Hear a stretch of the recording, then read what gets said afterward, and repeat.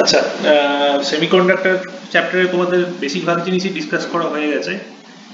এরপরে যে পার্টটা বাকি রয়েছে, অল্প একটু পার্টই বাকি রয়েছে, সেটা আজকে ডিসকাস করব। তো এখন অবধি তোমরা কি শিখেছো যে লাস্ট যে ক্লাস অবধি নিয়েছি যে পি টাইপ আর এন টাইপ সেমিকন্ডাক্টরের দুটো ব্লককে জয়েন করে আমরা ডায়োড যে কম্পোনেন্টটা পাই, ইলেকট্রনিক সার্কিটের যে কম্পোনেন্ট পাই, মানে যেটা সার্কিটে ব্যবহার করা হয় সেরকম একটা জিনিস, সেটার নাম হলো ডায়োড। এবং ডায়োডকে আমরা সার্কিটে দুরকম ভাবে বসাতে পারি, যাকে বায়াসিং বলা হয়। একটা হতে পারে যে ডায়োডের পি টাইপটা ব্যাটারির পজিটিভ টার্মিনালের সাথে যুক্ত, এখানে ছবিতে বোঝানোর জন্য পজিটিভ টার্মিনাল লিখেছি। এটা হতে পারে সার্কিটের যে কোনো জায়গায় একটা ডায়োড বসানো আছে, তার এই দিকটা পজিটিভ, তার পি টাইপটা পোটেনশিয়াল বেশি এন টাইপের থেকে। মানে বাঁ দিকে এন টাইপের যতটা পোটেনশিয়াল রয়েছে, ডান দিকে তার পোটেনশিয়াল বেশি। তার মানে আমি কি বলেছিলাম, ইলেকট্রিক কারেন্ট যখন ডিসকাস করেছিলাম বলেছিলাম যে পোটেনশিয়াল যেখানে বেশি সেখান থেকে কম পোটেনশিয়ালের দিকে কারেন্ট যায়। জল যেমন উঁচু জায়গা থেকে নিচু জায়গার দিকে যায়, সেরকম ইলেকট্রিক কারেন্ট হায়ার পোটেনশিয়াল থেকে লোয়ার পোটেনশিয়ালের দিকে মুভ করে। তাহলে যদি বাঁ দিকে হায়ার পোটেনশিয়াল থেকে ডান দিকে লোয়ার পোটেনশিয়াল থাকে, তাহলে কি, তাহলে বলা হবে ডায়োডটা ফরওয়ার্ড বায়াসিং এ আছে এবং ডায়োডটার মধ্যে কারেন্ট খুব সহজেই পাস করবে। আর কি বলেছিলাম, যদি উল্টো কেস হয় যে পি টাইপটার সাথে যে তারটা যুক্ত আছে তার যদি পোটেনশিয়াল এন টাইপের পোটেনশিয়াল থেকে যদি কম হয়, মানে ব্যাটারির মতন করে ভাবলে, যদি এদিকটা এন টার্মিনালের সাথে পি টার্মিনালের সাথে ব্যাটারির নেগেটিভ এন যুক্ত আছে আর এন এর সাথে ব্যাটারির পজিটিভ টার্মিনাল যুক্ত আছে, এরকম ভাবে যদি যুক্ত থাকে তাহলে কোনো কারেন্ট ফ্লো করতে পারবে না ডায়োডের মধ্যে দিয়ে। এটাকে বলা হয় রিভার্স বায়াসিং।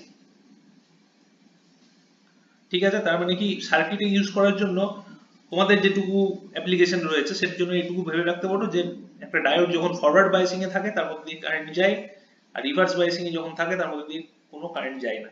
মানে ডায়োডে কারেন্ট সবসময় পি থেকে এন টাইপের দিকে যায়, এন টাইপ থেকে পি টাইপের দিকে যেতে পারে না। তারপরে ডায়োড অনেকটা ভালভের মতন কাজ করে। ভালভ কি জিনিস তোমাদের আগেও বলেছিলাম, ভালভ হচ্ছে যেখানে কোনো কিছুর ফ্লো একদিকে হতে পারে, দুদিকে হতে পারে না। একটা দরজা এমন একটা দরজা যার একদিক থেকে আরেক দিকে যাওয়া যায়, কিন্তু উল্টো দিক থেকে সেখানে ফিরে আসা যায় না, তার মুভমেন্টটা একদিকেই হবে। তো সেজন্য ডায়োড একটা ভালভের মতন কাজ করে। এবং এটা কি ইলেকট্রনিক সার্কিটে ব্যবহার আছে তোমাদের খুব অল্পই আছে, তো সেটা থেকে এরপরে আসবো। তো আরেকটা জিনিস হচ্ছে যে সার্কিটে যখন ডায়োডকে বসানো হয় তখন এভাবে পি টাইপ এন টাইপ লেখা হয় না, ডায়োডের একটা চিহ্ন আছে। ডায়োডের চিহ্ন হচ্ছে এটা, ডায়োডের চিহ্ন হচ্ছে একটা ত্রিভুজ আর এখানে একটা নাড়ি। এটার মানে কি, এর মানে হচ্ছে পি টাইপ হচ্ছে বাঁ দিকটা, এন টাইপ হচ্ছে ডান দিকটা। তাহলে এই চিহ্নটার মানে বুঝতে পারছো যে ডায়োডের কারেন্ট সবসময় বাঁ দিক থেকে ডান দিকে যায়, সেটা বোঝানোর জন্য চিহ্নটা এরকম বানানো হয়েছে। তো সার্কিটে এরকম চিহ্ন রাখা মানে বুঝতে পারছো সেখানে একটা ডায়োড বসানো আছে। তার মানে ডায়োডের মধ্যে দিয়ে সবসময় এই বাঁ দিক থেকে ডান দিকে কারেন্ট যাবে, আর এই ডান দিক থেকে বাঁ দিকে কোনো কারেন্ট আসতে পারবে না। তবে এটা তোমাদের প্র্যাকটিক্যাল অ্যাপ্লিকেশনের জন্য এটুকু বুঝলে চলবে। তবে একটা পার্ট আছে তোমাদের যেটুকু ডিটেলসে তোমাদের জানতে হবে, কারণ সেটা সিলেবাস আছে, সেটা হচ্ছে ডায়োড ক্যারেক্টারিস্টিক বলে। সেটা হলো যে ফরওয়ার্ড আর রিভার্স বায়াসে কি কারেন্ট একেবারেই যায় না, নাকি কিছু হলেও কারেন্ট যেতে পারে, বা কতটা ভোল্টেজ দিলে কারেন্ট যাবে, কতটা ভোল্টেজ দিলে কারেন্ট যাবে না, সেরকম কোনো ব্যাপার আছে। সেটা সেই ডিটেলসটাকে বলা হয় ডায়োড ক্যারেক্টারিস্টিক। বানানটা হচ্ছে এটা, ডায়োড ক্যারেক্টারিস্টিক। এই যে প্লটটা রয়েছে এটাকে বলা হয় ডায়োড ক্যারেক্টারিস্টিক। প্লটটার মানে কি সেটা এবার ডিসকাস করছি। প্রথম কথা কি যে প্রথমে উপরে সার্কিটটা দেখো, নিচে সার্কিটটা পরে দেখবে, এক একে জিনিসগুলো দেখতে হবে। প্রথমে এই সার্কিটটা দেখো, এই সার্কিটে দেখো একটা ডায়োড বসানো রয়েছে, এই চিহ্নটা মানে বললাম ডায়োড। এবং ডায়োডের বাঁ দিকটা হচ্ছে এই দিকটা হচ্ছে পি, এই দিকটা হচ্ছে এন। আর এখানে দেখো একটা ব্যাটারি বসানো রয়েছে, ব্যাটারির এই দিকটা তো পজিটিভ, এই দিকটা নেগেটিভ। আর এখানে দেখো একটা তীর চিহ্ন দেওয়া রয়েছে। তীর চিহ্নটা মানেটা কি? মানে হচ্ছে ব্যাটারিটার ভোল্টেজ কমানো এবং বাড়ানো যায়। ব্যাটারির ওপর এই ধরনের তীর চিহ্ন দিয়ে দিলে বা রেজিস্ট্যান্সের উপর এই ধরনের তীর চিহ্ন দিয়ে দিলে তার মানে হচ্ছে সেই ব্যাটারিটা ব্যাটারির ভোল্টেজ চেঞ্জ করা যায়। আর কোনো রেজিস্ট্যান্সের উপর যদি এরকম একটা তীর চিহ্ন দেওয়া থাকে তার মানে হচ্ছে সেই রেজিস্টারের রেজিস্ট্যান্সটা চেঞ্জ করা যায়। ঠিক আছে? তো এরপর দেখো আর কি লাগানো রয়েছে। এই ডায়োডটার অ্যাক্রসে একটা ভোল্টমিটার লাগানো রয়েছে, তাই তো? ডায়োডের এই দুটো এন্ডে ভোল্টমিটার লাগানো রয়েছে। ভোল্টমিটার দিয়ে কি করে, আগে ক্লাসে আমি বলেছি, ভোল্টমিটার দিয়ে ভোল্টেজ ডিফারেন্স মাপা হয়, দুটো এন্ডের মধ্যে কতটা আছে ভোল্টেজ ডিফারেন্স।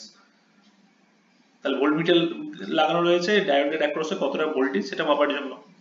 আর এখানে একটা অ্যামমিটার লাগানো রয়েছে, এটা দিয়ে কারেন্ট মাপা হয়। আমি আগে বলেছি অ্যামমিটার দিয়ে কারেন্ট মাপা হয়, তবে এখানে দেখো লেখা রয়েছে মিলি অ্যামমিটার। মিলি অ্যামমিটার মানে এই অ্যামমিটারটা বানানো হয়েছে মিলি অ্যাম্পিয়ার কারেন্ট মাপার জন্য।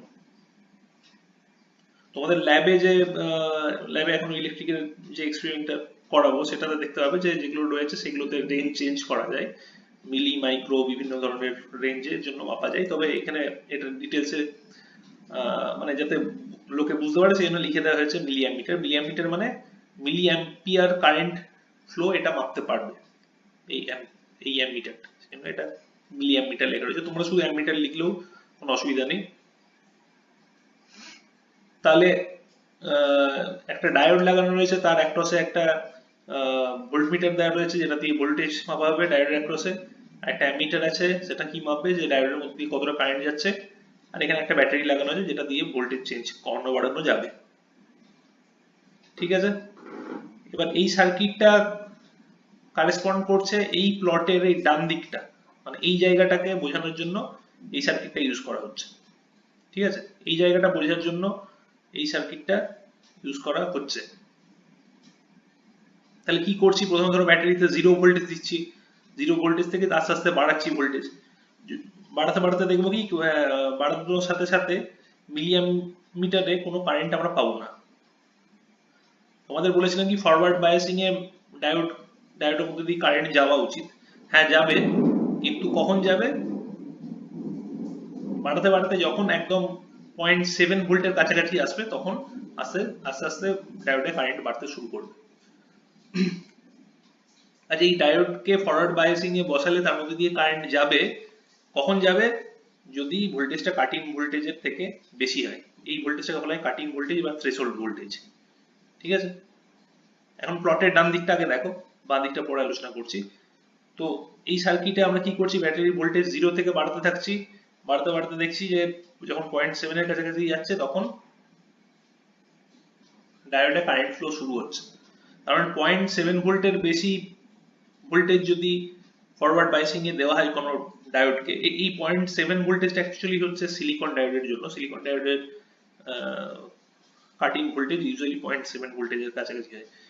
এগুলো বিভিন্ন ডায়োডের ক্ষেত্রে বিভিন্ন হতে পারে, তো এই ক্ষেত্রে 0.7 ভোল্টেজ। তো এই কাটিং ভোল্টেজের বেশি ভোল্টেজ দিলেই ফরওয়ার্ড বায়াসে তবেই ডায়োডের মধ্যে দিয়ে কারেন্ট ফ্লো করতে পারবে। তার থেকে কম ভোল্টেজ হলে একটু কারেন্ট ফ্লো করবে না। ঠিক আছে? এবার নেক্সট ভাবো রিভার্স বায়াসের ক্ষেত্রে। এটা তাহলে বুঝলে, এটা ডান দিকেরটা এটা হচ্ছে ফরওয়ার্ড বায়াসের জন্য plot, current versus voltage. Voltage আস্তে আস্তে বাড়াচ্ছি, 0.6 অব্দি কারেন্ট 0 ছিল, তারপর আরো যখন ভোল্টেজ বাড়াচ্ছি আস্তে আস্তে কারেন্ট বাড়ছে। এবার আসছি রিভার্স বায়াসে। রিভার্স বায়াসে কি করা আছে, সবকিছু মোটামুটি একই সার্কিট, এই দুটো সার্কিট একই রকম, শুধু দেখো এখানে ব্যাটারি ডিরেকশনটা চেঞ্জ করে দেওয়া হয়েছে। এখানে পজিটিভ নেগেটিভ ছিল, এখানে নেগেটিভ পজিটিভ, মানে পি টাইপের সাথে নেগেটিভ এন্ড আর এন টাইপের সাথে পজিটিভ এন্ড কানেক্টেড আছে। আর কি রয়েছে দেখো, এখানে মিলিয়াম মিটারের জায়গায় মাইক্রো অ্যাম্পিটার লাগানো রয়েছে। মাইক্রো অ্যাম্পিটার একটা অ্যাম্পিটার, মানে সেটা কাজ হচ্ছে কারেন্ট মাপা, কিন্তু সেটা মাইক্রো অ্যাম্পিটার রেঞ্জের কারেন্ট মাপে। মাইক্রো মানে হচ্ছে 10 পয়েন্টের পর কতগুলো, মানে 10⁻⁶ অ্যাম্পিয়ার।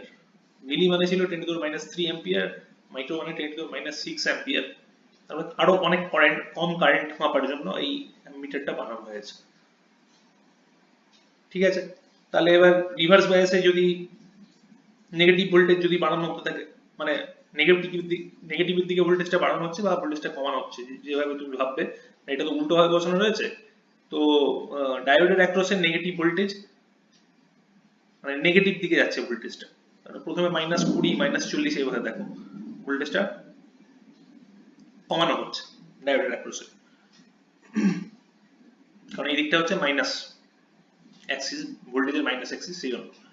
তো ভোল্টেজ যত এইদিকে কমতে থাকছে, কি হচ্ছে রিভার্স বায়াসিং এ দেখতে পাচ্ছ যে কারেন্ট একটা রয়েছে খুব সামান্য, এই কারেন্টটা হচ্ছে মাইক্রো অ্যাম্পিটার রেঞ্জের, সেই জন্য এখানে মাইক্রো অ্যাম্পিটার বসানো। এই কারেন্টটা কেন আসে এতটাই ডিটেলস তোমাদের নেই, ঠিক আছে? তো সেই জন্য এখানে ডিসকাস করবো না।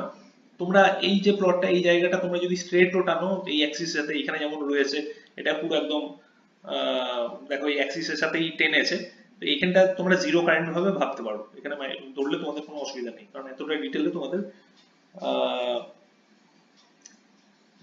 ব্যাপারটা বোঝার জন্য দরকার হবে না।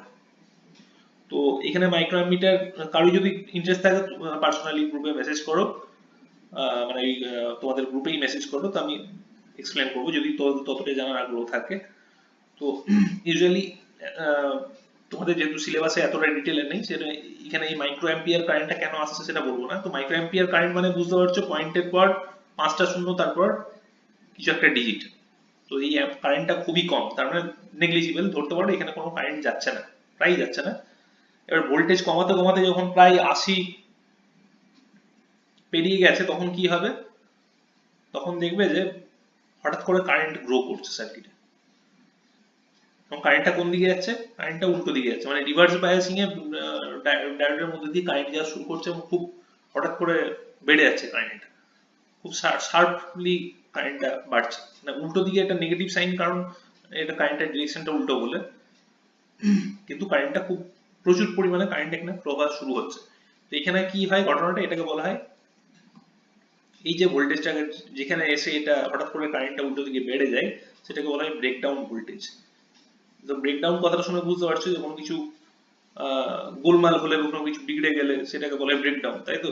তো এখানে ব্রেকডাউন কিভাবে হচ্ছে, এখানেও ব্রেকডাউন এক ধরনের ঘটে। সেই ব্রেকডাউনটা হয় যে প্রচুর রিভার্স বায়াসিং এর প্রচুর ভোল্টেজ দেওয়ার জন্য, ওই রিভার্স বায়াসিং এর যদি সার্কিটটাতে যায়,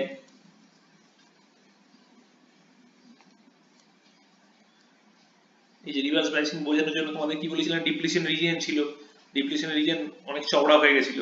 তো সেখানে কি হয়, রিভার্স বায়াসিং এর প্রচুর যদি ভোল্টেজ দেওয়া হয়, তাহলে কি হবে, প্রচুর ভোল্টেজের জন্য এই পজিটিভ টার্মিনালটা এই দিক থেকে ইলেকট্রনকে টানবে, টেনে, মানে এখানে যে ব্যারিয়ারের জন্য ইলেকট্রনগুলো এই দিক থেকে ডান দিক থেকে বাঁ দিকে পাস করতে পারছিল না, সরি এদিকে নেগেটিভ টার্মিনাল, তাহলে এদিক থেকে ইলেকট্রনগুলো বাঁ দিক থেকে ডান দিকে আসতে পারছে না, কেন? এই ব্যারিয়ারের জন্য, ব্যারিয়ারটা আসতে দিচ্ছিল না। কিন্তু এখন ফিল্ডটা এতটাই স্ট্রং হয়ে যাবে যে পজিটিভ টার্মিনালটা নেগেটিভ টার্মিনাল থেকে ইলেকট্রনগুলোকে খুব জোরে টানবে, এবং টানার জন্য কি হবে, ইলেকট্রনগুলো যখন ছুটে যাবে তখন মাঝে ধাক্কাধাক্কি হবে, এবং ধাক্কাধাক্কি হয়ে অনেক বন্ড ব্রেক করবে, বন্ড ব্রেক করে প্রচুর ফ্রি ইলেকট্রন ক্রিয়েট হবে এবং হোলও ক্রিয়েট হবে। সেগুলো হওয়ার জন্য প্রচুর পরিমাণে ফ্রি চার্জ বা কন্ডাকশন ব্যান্ডের ইলেকট্রন এবং হোল ক্রিয়েট হওয়ার জন্য হঠাৎ করে কারেন্ট ফ্লো প্রচুর বেড়ে যাবে। তো তোমাদের এতটা ডিটেলসে জানার দরকার নেই, তো বোঝানোর জন্য বললাম। ব্রেকডাউন ভোল্টেজ এসে গিয়ে উল্টো দিকে রিভার্স ভোল্টেজ এত বেশি বেড়ে যায় যে প্রচুর ইলেকট্রন একসাথে এসে ধাক্কাধাক্কি হয়ে, মানে ব্যাটারি টার্মিনালের দিকে যেতে গিয়ে ধাক্কাধাক্কি হয়, এবং তারপরে প্রচুর পরিমাণে ফ্রি চার্জ বা কন্ডাকশন ব্যান্ডের ইলেকট্রন তৈরি হয়, সেই ইলেকট্রনগুলো কারেন্ট কন্ডাক্ট শুরু করে। তাহলে এটা হলো ব্রেকডাউন ভোল্টেজ। এই প্লটটা খুব ইম্পর্টেন্ট প্লট, এটাকে বলা হয় ডায়োডের ক্যারেক্টারিস্টিক্স। এই প্লটটা এবং এই দুটো সার্কিট বেসিক্যালি, এটা এটুকু মনে রাখলেই তোমাদের চলবে, এবং ডিটেলটা যেটুকু পারবে মনে রেখো। তো প্র্যাকটিক্যাল পারপাসে এতটা ডিটেল তোমাদের এখন, মানে তোমাদের এইখানে ডায়োডের অ্যাপ্লিকেশন হিসেবে দুটো সার্কিট আছে, একটা হচ্ছে ফুল ওয়েভ রেকটিফায়ার, একটা হচ্ছে আগে হচ্ছে বেসিক্যালি হাফ ওয়েভ রেকটিফায়ার, তারপর হচ্ছে ফুল ওয়েভ রেকটিফায়ার। তো হাফ ওয়েভ রেকটিফায়ার, ফুল ওয়েভ রেকটিফায়ার তোমাদের ডায়োড ক্যারেক্টারিস্টিক্স এর কি এফেক্ট সেটা তোমাদের জানার দরকার নেই, সেজন্য এই প্লটটা আলাদা করে মাথায় রেখো। আর ডায়োডের অ্যাপ্লিকেশনের ক্ষেত্রে সবসময় মাথায় রেখো, ডায়োডের ক্ষেত্রে সবসময় বাঁ দিক থেকে, মানে এটা ডায়োডের সাইন, পি টাইপ থেকে এন টাইপের দিকে সবসময় কারেন্ট যায়, উল্টো দিকে কারেন্ট যায় না। কারণ এই জিনিসটা, আইডিয়াটা মাথায় রাখলে তবেই সার্কিটটা বুঝতে সুবিধা হবে।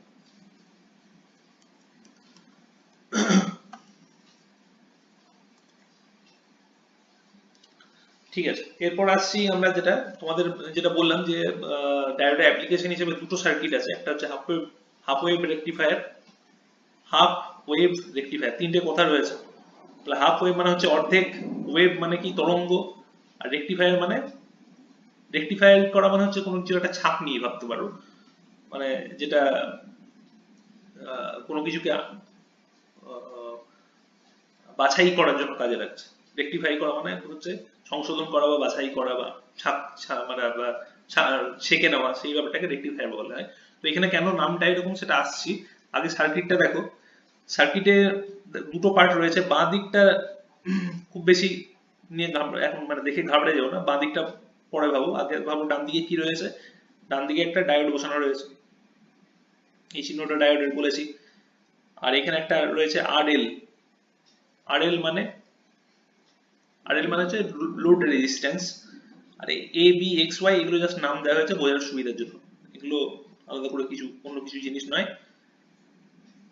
তো সার্কিটের ডান দিকে রয়েছে কি একটা ডায়োড, একটা লোড রেজিস্ট্যান্স। আর বাঁ দিকে কি রয়েছে দেখো, এখানে একটা বক্স মতন রয়েছে নীল রঙের, এখানে লেখা রয়েছে ট্রান্সফরমার। ট্রান্সফরমার লেখা রয়েছে এখানে, প্রাইমারি সেকেন্ডারি এই দুটো না লিখলেও তোমাদের চলবে। ট্রান্সফরমারের কি ব্যবহার তোমাদের নেক্সট যে চ্যাপ্টারটা পড়াবো ইলেকট্রোম্যাগনেটিক ইন্ডাকশন, সেখানে ডিসকাস করব। তো ট্রান্সফরমারের মেন কাজ কি সেটা এখন জেনে রাখো, তার ডিটেলসটা ওই চ্যাপ্টারে দেখবো। ট্রান্সফরমারের মেন কাজ হচ্ছে যে ভোল্টেজকে বেশি থেকে কম করা বা কম থেকে বেশি করা। তো ট্রান্সফরমার হয় স্টেপ আপ করে বা স্টেপ ডাউন করে, প্রচুর অ্যাপ্লিকেশন রয়েছে। তো তোমরা অনেকে রাস্তায় ল্যাম্প পোস্টে দেখবে যে অনেক বড় সাইজের ট্রান্সফরমার লাগানো রয়েছে। তার ট্রান্সফরমার দেখতে বড়, কিন্তু ওটা দেখে মানে বিরাট কিছু কাজ করছে এমন নয়, মানে কমপ্লিকেটেড কাজ এমন কিছু নয়, কাজ খুব সিম্পল, যে ভোল্টেজকে বেশি থেকে কম করা অথবা কম থেকে বেশি করা। ইউজুয়ালি যে তোমরা রাস্তায় মানে যে রাস্তাঘাটে বিভিন্ন জায়গায় ট্রান্সফরমার দেখতে পাবো বড় বড়, সেগুলোর কাজ হচ্ছে ভোল্টেজকে বেশি থেকে কম করা, step down voltage, step down transformer. তো এখানে দেখো একটা এই চিহ্নটা দেওয়া রয়েছে, এটা মানে কি তোমাদের ইলেকট্রিক্যাল টেকনোলজিতে পড়িয়েছি যে এই চিহ্নটা মানে হচ্ছে এখানে একটা এসি সোর্স রয়েছে। এটা ভাবতে পারো বাড়িতে যে প্লাগ পয়েন্ট রয়েছে এসি, সেটা হচ্ছে একটা এসি সোর্স। তো সেখান থেকে এসি কারেন্ট নেওয়া হচ্ছে, সেটা একটা এসি ভোল্টেজের সোর্স মতন কাজ করছে। এবার সেটাকে নিয়ে আমরা ডিরেক্ট ডায়োডের এই সার্কিটে চালাতে পারবো না। কেন পারবো না? কারণ এই সার্কিটের ডায়োড রয়েছে, এই বাড়ির যে এসি সোর্স গুলো সেগুলোর কত ভোল্টেজ আমি ইলেকট্রিক্যাল টেকনোলজি ক্লাসে বলেছি, সেখানে রয়েছে 220 ভোল্টের অল্টারনেটিং কারেন্ট। 220 ভোল্টের অল্টারনেটিং কারেন্ট মানে স্যার তার সেই অল্টারনেটিং কারেন্টের ম্যাক্সিমাম ভোল্টেজ হচ্ছে plus 220, sorry maximum actually peak ভ্যালুটা আরো অনেক বেশি, তোমাদের ক্লাসে ডিসকাস করি, পিক ভ্যালুটা প্রায় 310 এর উপর। তাহলে সার্কিটে একবার কি হবে, এদিকটা পজিটিভ হবে, একবার এই দিকটা পজিটিভ এই দিকটা নেগেটিভ, আর একবার এই দিকটা নেগেটিভ এই দিকটা পজিটিভ, এভাবে হবে। এবং সেখানে ভোল্টেজটা খুব বেশি, এতটা ভোল্টেজ ডায়োডটা টলারেট করতে পারবে না। ডায়োড একটা ইলেকট্রনিক ডিভাইস, এটা ইউজুয়ালি কম কারেন্টের জন্যই, কারেন্ট এবং ভোল্টেজের জন্যই বানানো হয়। কিছু কিছু স্পেসিফিক ডায়োড থাকে যারা বেশি কারেন্ট এবং ভোল্টেজ টলারেট করতে পারে, কিন্তু ইউজুয়ালি ডায়োড বেশি কারেন্ট বা ভোল্টেজ টলারেট করতে পারে না। তো সেই জন্য কি করতে হবে, যে এখানে 220 ভোল্টেজটাকে কমাতে হবে, স্টেপ ডাউন করতে হবে। স্টেপ ডাউন করার জন্য ট্রান্সফরমার ইউজ করে এসি ভোল্টেজটাকে কমিয়ে দেওয়া হয়। কত কমিয়ে দেওয়া হয়, এটা ধরো 220 রয়েছে, 220 থেকে এটা 12 ভোল্ট 15 ভোল্ট এই রেঞ্জে প্রায় নিয়ে চলে আসা হয়। নিয়ে চলে এলে কি হবে, এবার আমরা ডায়োডের থ্রু দিয়ে সেই ভোল্টেজটাকে পাস করাতে পারবো, সেই কারেন্টটাকে পাস করাতে পারবো, তাহলে ডায়োডের কোনো ক্ষতি হবে না। ঠিক আছে, তাহলে এই সার্কিটের এই জায়গাটা হচ্ছে জাস্ট ভোল্টেজটাকে কমানোর জন্য। তো এরকম একটা ব্লক এঁকে ট্রান্সফরমার লিখে, সেকেন্ডারি প্রাইমারি না লিখলেও চলবে, তোমাদের এত মানে এটা বোঝানোর এখানে খুব একটা দরকার নেই, কারণ এখানে মেন বোঝার জায়গা হচ্ছে হাফ ওয়েভ রেক্টিফায়ারের এই জায়গাটা, এই সার্কিটের এই ডান দিকটা, এটাই মেন বোঝার জায়গা। ঠিক আছে, তাহলে সার্কিটের মেইনলি কি হচ্ছে, এখানে প্রাইমারি একটা কিছু সোর্স রয়েছে যার ভোল্টেজ বেশি, সেখান থেকে ট্রান্সফরমারের মাধ্যমে ভোল্টেজটাকে কম করে দেওয়া হচ্ছে, সেই ভোল্টেজ এসি ভোল্টেজটাকে ডায়োডের অ্যাক্রসে, মানে এই সার্কিটের অ্যাক্রসে ফেলা হচ্ছে। এখানে এসি ভোল্টেজটা কাজ করছে এ আর বি এর মধ্যে, ঠিক আছে? তাহলে এ আর বি এর মধ্যে এসি ভোল্টেজটা এসে পড়ছে। তাহলে কি হবে দেখে বুঝতে পারছো? ধরো এই পজিটিভ হাফটার কথা ভাবো, এই ইনপুটের এই পজিটিভ হাফটার জন্য কি হচ্ছে, পজিটিভ হাফ যখন রয়েছে তখন এ পজিটিভ বি নেগেটিভ, এ পজিটিভ বি নেগেটিভ মানে এখানটা পজিটিভ বি নেগেটিভ মানে এই দিকটা নেগেটিভ। তাহলে ডায়োডের পি টাইপটা পি পি এনটা কানেক্টেড রয়েছে পজিটিভ টার্মিনালের সাথে, আর এন এনটা রয়েছে নেগেটিভ এন্ডের সাথে। তাহলে এবার কি ডায়োডটা তার মানে ফরওয়ার্ড বায়াসে রয়েছে, তার মানে কারেন্ট ফ্লো করবে ডায়োডের মধ্যে দিয়ে, খুব ইজিলি কারেন্ট ফ্লো করে যাবে, ফ্লো করে আবার এদিকে সার্কিটে ফিরে আসবে। তার মানে এই পজিটিভ লুপটার উপরে যে পজিটিভ হাফটা রয়েছে এসির, সেটার জন্য ডায়োডটা কারেন্ট কন্ডাক্ট করবে। কিন্তু নেগেটিভ হাফটার জন্য যদি দেখো, এই যে নেগেটিভ হাফ, এই নেগেটিভ হাফের জন্য কি হবে, এটা নেগেটিভ হয়ে যাবে, এটা পজিটিভ হয়ে যাবে। তার মানে এ নেগেটিভ বি পজিটিভ, তার মানে এই জায়গাটা নেগেটিভ এটা পজিটিভ, তার মানে কি হয়ে গেল, ডায়োডের পি টাইপটা নেগেটিভের সাথে, এন টাইপটা পজিটিভের সাথে কানেক্টেড। তার মানে ডায়োডটা বেসিক্যালি রিভার্স বায়াস হয়ে গেল। রিভার্স বায়াস হয়ে গেলে তার মানে কি এখানে কোনো কারেন্ট ফ্লো করবে না। তাহলে এই যে রেজিস্ট্যান্সটা রয়েছে দেখতে পাচ্ছ, এই আরএল রয়েছে, আরএল এর থ্রু দিয়ে শুধুমাত্র পজিটিভ হাফের যে ইনপুট রয়েছে সেই কারেন্টটা ফ্লো করবে, আর এই নেগেটিভ যে লুপগুলো রয়েছে এর জন্য কোনো কারেন্ট আরএল এর মধ্যে দিয়ে ফ্লো করবে না। তাহলে ইনপুট আউটপুট দেখতে কেমন লাগবে? ইনপুট ভোল্টেজ কি এসির যেমন বললাম, আর আউটপুট ভোল্টেজ মানে আরএল এর থ্রু দিয়ে আরএল এর অ্যাক্রসে যাবে, অ্যাক্রসে গিয়ে ভোল্টেজটা পড়বে, সেই ভোল্টেজটা কেমন আউটপুট ভোল্টেজ সেটা হবে এরকম। কারণ নেগেটিভ ভাবগুলোকে তো, নেগেটিভ ভাবের কারেন্টটা তো এই আরএল এর মধ্যে দিয়ে যাচ্ছে না, পজিটিভ ভাবের কারেন্টটাই আরএল এর মধ্যে দিয়ে যেতে পারছে। তাহলে নেগেটিভ হাফগুলোর এই নেগেটিভ ইনপুট ভোল্টেজগুলো এখানে আরএল এ পড়বে না, ঠিক আছে? তাহলে ইনপুট সিগন্যাল এটা, আউটপুট সিগন্যাল হলো এটা। আমরা দেখতে পাচ্ছি পুরো ওয়েভটা দেখতে এরকম, তার অর্ধেকগুলো কেটে নিলে যেমন দেখতে হয়, আউটপুট ভোল্টেজটা সেরকম দেখতে লাগছে। সেখানে এটার নাম হচ্ছে হাফ ওয়েভ রেকটিফায়ার, মানে অর্ধেক ওয়েভকে এই ছেঁকে বের করে দিচ্ছে, ঠিক আছে? তো এটার কি অ্যাপ্লিকেশন, এটার অ্যাপ্লিকেশন অ্যাকচুয়ালি ততটা বেশি না, বেশি অ্যাপ্লিকেশন হচ্ছে ফুল ওয়েভ রেকটিফায়ারের। সেটা নেক্সট আসছি সেই সার্কিটটা, সেই সার্কিটে কি অ্যাপ্লিকেশন সেটা সেখানে ডিসকাস করব। তো ফুল ওয়েভ রেকটিফায়ার কথাটা শুনে বুঝতে পারছো কি, যে এখানে পুরো ওয়েভটাকেই রেকটিফাই করতে হবে, মানে ওইরকম হাফ ওয়েভ কেটে বাদ গেলে চলবে না। তো এই যে সার্কিটটা পার্টিকুলার রয়েছে এটার নাম হচ্ছে ব্রিজ সার্কিট বলা হয়, এই প্যাটার্নটার জন্য এটাকে ব্রিজ সার্কিট বলা হয়। তোমাদের একরকম ব্রিজ পড়িয়েছিলাম ওহমস ল যখন পড়িয়েছি, সেটা কি ছিল, হুইটস্টোন ব্রিজ। ওদের কজনের মনে আছে জানি না, তোমরা ওল্ড চ্যাপ্টার গুলো নিজেরা পড়ে রাখো, কারণ এক্সাম কবে হবে এখনই হঠাৎ করে বলতেই পারে যে জুলাই মাসে এক্সাম হবে, তখন লাস্ট পয়েন্টে আর পড়তে পারবে না, কিছু পড়ে কিছু বুঝে উঠতে পারবে না। তো এটা এই সার্কিটটাকে বলা হয় ব্রিজ সার্কিট। এখানে বাঁ দিকে দেখো ট্রান্সফরমার আর আঁকা নেই, কারণ এখানে ট্রান্সফরমার আঁকলে এখানে সার্কিটটা আরো বড় দেখতে হয়ে যাবে। তো ধরে রাখো এটা ইনপুট ভোল্টেজের মতো কাজ করছে, আর আউটপুট ভোল্টেজ কোত্থেকে পাবে, এই যে লোড রয়েছে আরএল, এই লোড রেজিস্ট্যান্স এর অ্যাক্রসে আউটপুট ভোল্টেজ পাওয়া যাবে। তাহলে এবার আগের মতনই ভাবো যে এখানে ইনপুটে অ্যাপ্লাইড হচ্ছে এই ভোল্টেজটা, এসি ভোল্টেজটা, ঠিক আছে?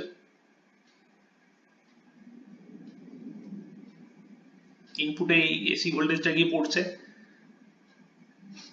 আর আউটপুটে কত কি কি ভোল্টেজ কি পাওয়া যাবে সেটা আমরা দেখব। তাহলে প্রথম কথা ভাবো যে আবার যেরকম আগে করেছি সেরকম ভাবে, যে এই পজিটিভ হাফটার জন্য এখানে পজিটিভ ভাব যেটা রয়েছে ইনপুটের, তার জন্য কি হচ্ছে সেটা ভাবো।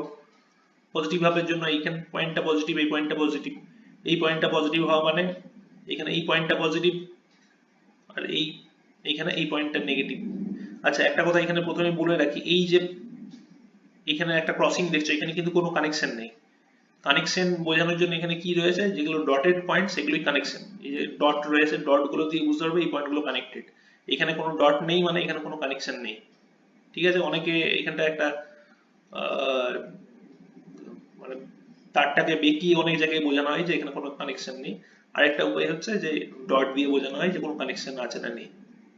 ঠিক আছে, তাহলে এখানে কোনো কানেকশন নেই এই দুটো তার, মানে এই তারটা এখানে এই তারটার উপর দিয়ে বেরিয়ে চলে আসছে। তাহলে প্রথমে ইনপুট সিগন্যালের পজিটিভ লুপটার জন্য ভাবো, এই উপরে পজিটিভ লুপটার জন্য কি হবে, এইখানটা পজিটিভ এটা নেগেটিভ, তাহলে এটা পজিটিভ এটা নেগেটিভ। তাহলে আবার একই রকম ভাবো যে এইটা যেহেতু পজিটিভ, তাহলে এই ডায়োডটা নিশ্চয়ই ফরওয়ার্ড বায়াসিং এর মতন বায়াসিং এর মধ্যে থাকতে পারে। থাকবেই কিনা সিওরলি বলতে পারবে না, কারণ যতক্ষণ না পুরো প্যাটার্নটা দেখতে পাচ্ছ ততক্ষণ। ইলেকট্রনিক্স শিখতে গেলে এটা একটা সমস্যা, তোমাদের ইলেকট্রনিক্সে পরবর্তীকালে তো খুব বেশি কিছু ডিটেলস হয়তো পড়বে না, যদি ইন ফিউচারে পড়ো দেখতে হবে ইলেকট্রনিক্স এভাবে পুরো প্যাটার্ন বুঝে জিনিসটাকে বুঝতে হয়, ইন্ডিভিজুয়ালি বোঝা একটু ডিফিকাল্ট। তো এখানে দেখো প্লাস রয়েছে, এখানে নেগেটিভ রয়েছে, তাহলে এইখানে এই দুটো ডায়োডের কথা যদি ভাবো, এই ডায়োডটা নেগেটিভ এন্ডে পজিটিভ পড়েছে, তাই না, এন টাইপটা পজিটিভের সাথে কানেক্টেড, আর এই ডায়োডটার পি টাইপটা পজিটিভের সাথে কানেক্টেড, তাহলে এই ডায়োডটা নিশ্চয়ই, এই D1 ডায়োডটা নিশ্চয়ই ফরওয়ার্ড বায়াসিং এ থাকবে।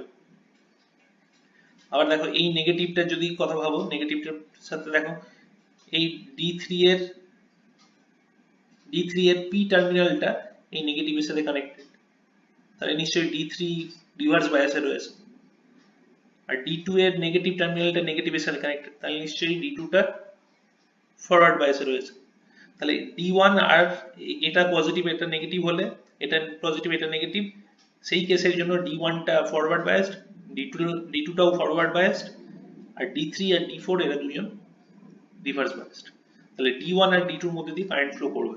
তাহলে কারেন্টটা কিরকম দেখতে লাগবে, এরকম পজিটিভ থেকে D1 এর মধ্যে দিয়ে কারেন্ট ফ্লো করে লোড রেজিস্ট্যান্সের মধ্যে দিয়ে যাবে, গিয়ে এই পয়েন্টে এসে যখন পড়বে আবার D2 এর মধ্যে দিয়ে যাবে, গিয়ে এই দিক দিয়ে আবার ব্যাক করবে। তার মানে লোডের মধ্যে দিয়ে কারেন্টটা নিচের দিকে ফ্লো করলো, এবং D1 D2 ফরওয়ার্ড বায়াসে রয়েছে, D3 D4 রিভার্স বায়াসে রয়েছে। এটা এই প্রথম কেসের জন্য, এই লুপটার জন্য, মানে যখন ইনপুটের এই দিকটা পজিটিভ এই দিকটা নেগেটিভ সেটার জন্য। নেক্সট ভাবো উল্টো কেসটা, যখন এটা নেগেটিভ এটা পজিটিভ, তখন কি হবে, এটা নেগেটিভ এটা পজিটিভ, তার মানে এটা নেগেটিভ এটা পজিটিভ। তার মানে আবার একই রকম ভাবে ভাবো, এই নেগেটিভটা এই ডায়োডের পজিটিভ পি টাইপের সাথে কানেক্টেড, তাহলে এই ডায়োডটা নিশ্চয়ই রিভার্স বায়াসড। আর এই নেগেটিভটা এই ডায়োডের এন টাইপের সাথে কানেক্টেড, তাহলে এটা নিশ্চয়ই ফরওয়ার্ড বায়াসড। আবার এখানে এটা পজিটিভ রয়েছে, তার মানে ভেবে দেখো এই ডায়োডের পি টাইপের সাথে পজিটিভটা কানেক্টেড, তাহলে D3 টা নিশ্চয়ই ফরওয়ার্ড বায়াসড। আর D2 এর নেগেটিভ এন টাইপটা পজিটিভ এন্ডের সাথে রয়েছে, তার মানে নিশ্চয়ই D2 টা রিভার্স বায়াসড। তার মানে এক্ষেত্রে D4 আর D3 forward biased, D1 D2 reverse biased. তার মানে কারেন্টটা কিরকম দেখতে লাগবে, কারেন্টটা পজিটিভ এদিক থেকে এসে D3 এর মধ্যে দিয়ে যাচ্ছে, D3 এর মধ্যে দিয়ে গিয়ে তারপর লোডের মধ্যে দিয়ে যাচ্ছে, গিয়ে তারপর এদিকে এসে এই পয়েন্টে এসে পড়ছে, এই পয়েন্টে এসে দেখছে যে D4 forward bias, D2 reverse বায়াসে, তাহলে D4 মধ্যে দিয়ে যাবে, মধ্যে দিয়ে গিয়ে দিক দিয়ে বেরিয়ে চলে আসবে। তাহলে এই ক্ষেত্রে মাথায় রাখো, যখনই এই ইনপুটের দুটো এক্ষেত্রে এটা নেগেটিভ এটা পজিটিভ, আগে কি ছিল, আগে ছিল এটা পজিটিভ এটা নেগেটিভ, তো দুটো ক্ষেত্রে দেখো লোডের মধ্যে দিয়ে একই দিয়ে কারেন্ট যাচ্ছে, উপর থেকে নিচের দিকে কারেন্ট যাচ্ছে, তাই তো। তার মানে এইখানে ইনপুট সিগন্যালে পজিটিভ পড়ুক বা নেগেটিভ পড়ুক, সবসময় লোডের মধ্যে দিয়ে কারেন্ট একই দিকে যাচ্ছে। কারণ লোডের মধ্যে দিয়ে নিশ্চয়ই পোটেনশিয়ালও এদিকটা পজিটিভ এদিকটা নেগেটিভ আছে, লোডের মধ্যে দিয়ে পোটেনশিয়ালের সাইনটা কখনো চেঞ্জ হচ্ছে না, তাহলে আউটপুটটা দেখতে কেমন লাগবে?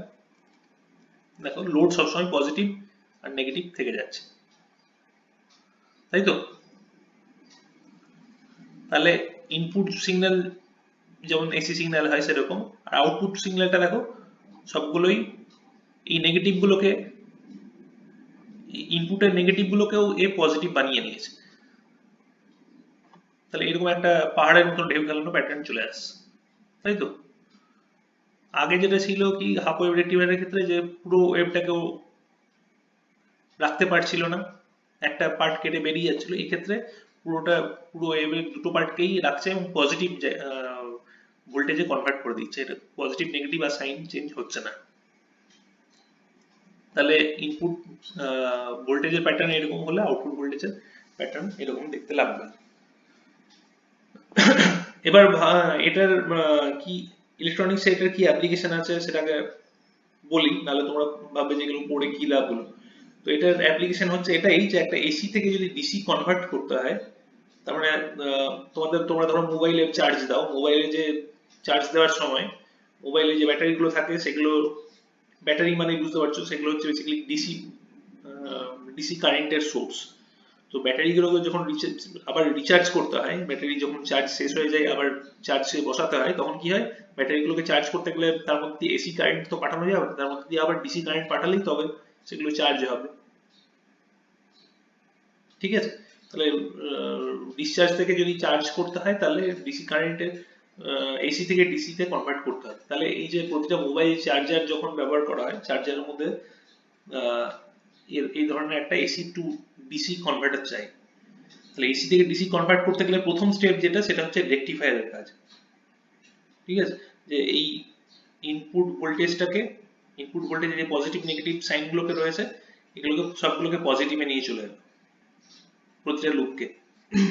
এরপরে নেক্সট স্টেপ আছে, শুধুমাত্র রেকটিফায়ার দিয়ে একটা এসি টু ডিসি কনভার্ট করা যায় না, ডিসি করতে গেলে কি করতে হবে, পুরো প্যাটার্নটাকে ফ্ল্যাট করতে হবে, ফ্ল্যাট করতে গেলে এরপর ফিল্টার ইউজ করা হবে, সেগুলো তোমাদের এখানে সিলেবাসে নেই, তো সেটা ডিসকাস করবো না। তো খুবই সোজা সার্কিট, সেগুলো খুব একটা কমপ্লিকেটেড কিছু না। তো এবার বোঝো তাহলে ফুল ওয়েভ রেকটিফায়ারের মেইন অ্যাপ্লিকেশন কি, যে এসি থেকে ডিসি কনভার্ট করতে গেলে সবসময় একটা ফুল ওয়েভ রেকটিফায়ার লাগবেই, মানে তাছাড়া কোনো অপশন নেই। এটা হচ্ছে সব থেকে বড় ইউজ এই সার্কিটটা। এছাড়াও ডায়োড বিভিন্ন জায়গায় ইউজ রয়েছে, তো বিভিন্ন সার্কিটে ডায়োড বেসিক্যালি একটা ভালভের মতন এবং ক্ষেত্রে সুইচের মতন কাজ করে। তো এটা বেসিক্যালি ইলেকট্রনিক্স এর স্টার্টিং পয়েন্ট ডায়োড, এরপরে আসে ট্রানজিস্টর, তারপর সেগুলোকে ইউজ করে নানা ধরনের সার্কিটের ব্যবহার রয়েছে। ঠিক আছে, তোমাদের এখানেই এই চ্যাপ্টারটা শেষ হলো, সেমিকন্ডাক্টর ফিজিক্স। নেক্সট চ্যাপ্টার শুরু করব ইলেকট্রোম্যাগনেটিক ইন্ডাকশন, এবং ওই চ্যাপ্টারটা খুব ইম্পর্টেন্ট, কারণ ওই চ্যাপ্টারটা তোমাদের ফিজিক্সেও রয়েছে, ইলেকট্রিক্যাল টেকনোলজিতেও রয়েছে। তাহলে ওই একটা চ্যাপ্টার পড়লে দুটো টপিকই তোমাদের, দুটো সাবজেক্টেই কভার হয়ে যাবে।